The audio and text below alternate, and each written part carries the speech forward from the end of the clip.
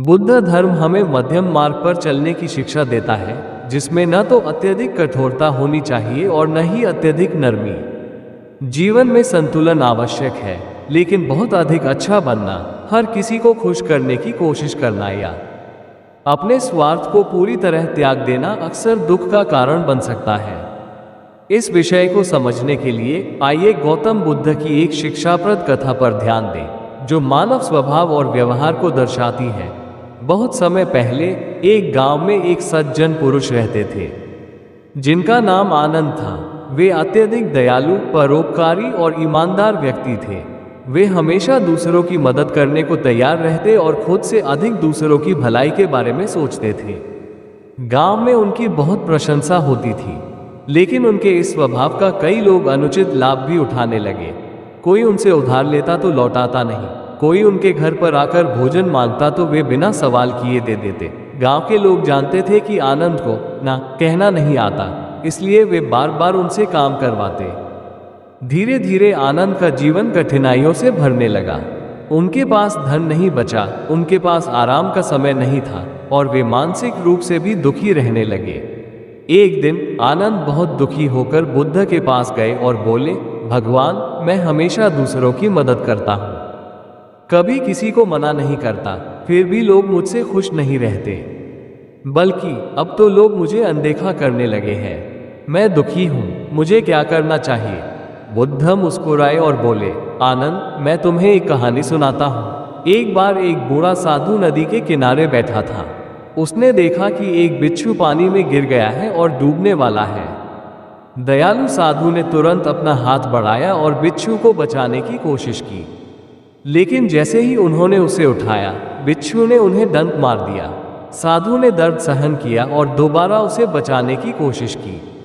फिर से बिच्छू ने उन्हें काट लिया। ये देखकर पास खड़ा एक व्यक्ति बोला, संत जी, आप इस बिच्छू को क्यों बार बार बचा रहे हैं? ये तो आपकी मदद करने के बदले आपको ही काट रहा है। साधु मुस्कुराए और बोले, बेटा, बिच्छू का स्वभाव डंक मारना है, लेकिन मेरा स्वभाव दया करना है। मैं अपने स्वभाव को क्यों बदलूं? बुद्ध ने आनंद की ओर देखा और कहा, आनंद, दया और भलाई अच्छी चीजें हैं, लेकिन अगर बिना सोच विचार के की जाए तो ये खुद के लिए हानिकारक हो सकती है। आनंद ने पूछा, तो क्या हमें भला बनना ही नहीं चाहिए? बुद्ध ने उत्तर दिया, भलाई करना गलत नहीं है, लेकिन बुद्धिमानी के साथ करना चाहिए। अगर कोई बिच्छू है तो उसे बचाने के लिए किसी लकड़ी का सहारा लो, सीधे हाथ मत बढ़ाओ। इसी तरह अगर किसी की मदद करनी हो तो पहले सोचो कि क्या वह व्यक्ति सच में मदद के लायक है और क्या तुम्हारी मदद से उसे सही दिशा मिलेगी। ना कहना सीखें। हर चीज के लिए हां कहना जरूरी नहीं है। अगर कोई आपकी दयालुता का फायदा उठा रहा है तो उसे विनम्रता से मना करें। बुद्धिमानी से मदद करें। सभी की मदद करना अच्छा है, लेकिन यह देखें कि आपकी मदद सही व्यक्ति को मिल रही है या नहीं। अपनी सीमाएं पहचानें। जरूरत से ज्यादा अच्छा बनना खुद के लिए नुकसानदायक हो सकता है। अपनी सीमाओं को समझें और उनका सम्मान करें। स्वयं का ध्यान रखें। दूसरों के बारे में सोचने से पहले खुद के बारे में भी सोचें। अगर आप स्वस्थ, खुश और संतुलित रहेंगे तो ही दूसरों की सही तरीके से मदद कर पाएंगे। आभार की अपेक्षा न करें। जब आप अच्छा काम करते हैं तो उसके बदले में कुछ पाने की अपेक्षा न करें। अगर आप बिना स्वार्थ के मदद करेंगे तो आपका मन शांत रहेगा। आनंद ने बुद्ध की बातें सुनी और उनके अनुसार चलने का निश्चय किया।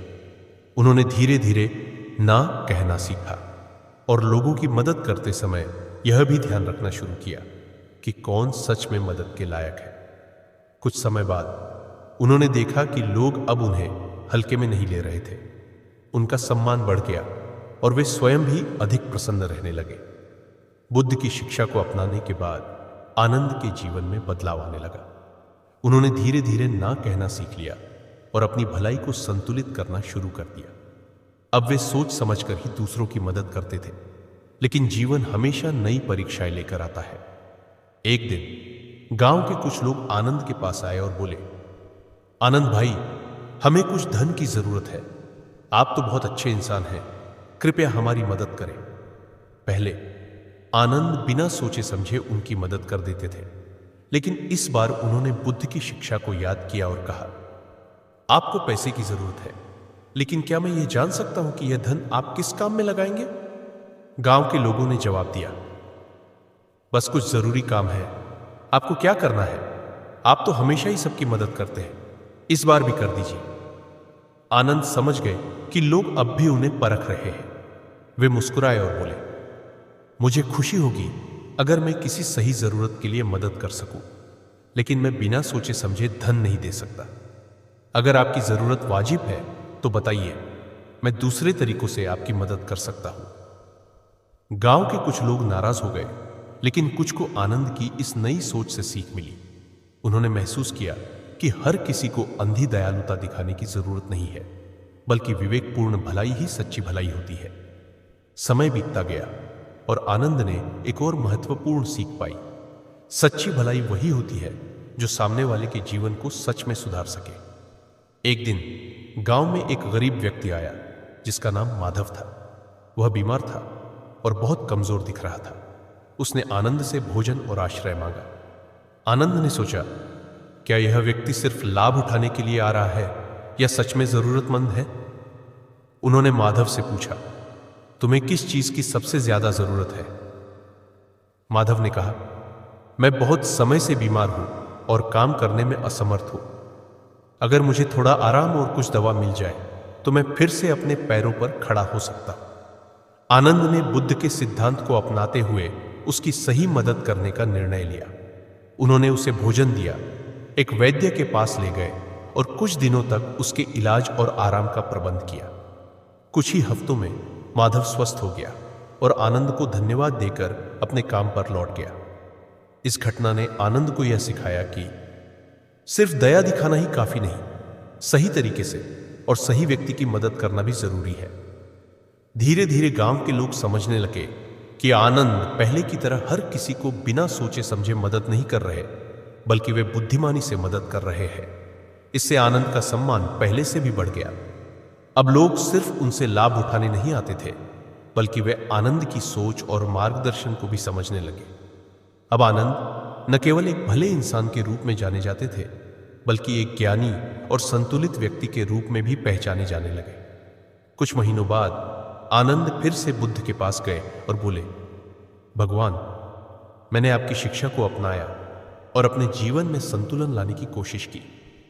अब लोग मेरा पहले से अधिक सम्मान करते हैं और मैं स्वयं भी अधिक शांत महसूस करता हूं। लेकिन क्या यह मार्ग सही है? बुद्ध मुस्कुराए और बोले, आनंद, सही मार्ग वही होता है जो तुम्हारे मन को शांति दे और दूसरों के लिए भी उपयोगी हो। अगर तुम्हें संतुलन और खुशी मिल रही है तो यह मार्ग सही है। याद रखो, भलाई करनी अच्छी बात है, लेकिन समझदार भलाई करना सबसे उत्तम है। आनंद ने सिर झुकाया और कहा, मैंने समझ लिया कि सिर्फ अच्छा बनना ही पर्याप्त नहीं है, बल्कि बुद्धिमानी से अच्छा बनना जरूरी है। अब मैं दूसरों की मदद करूंगा, लेकिन इस तरह कि उनकी आत्मनिर्भरता भी बनी रहे। बुद्ध ने प्रसन्न होकर कहा, अब तुमने सच्चा मध्यम मार्ग अपना लिया है। यही संतुलित जीवन का रहस्य है। निष्कर्ष, संतुलन ही जीवन का सार है।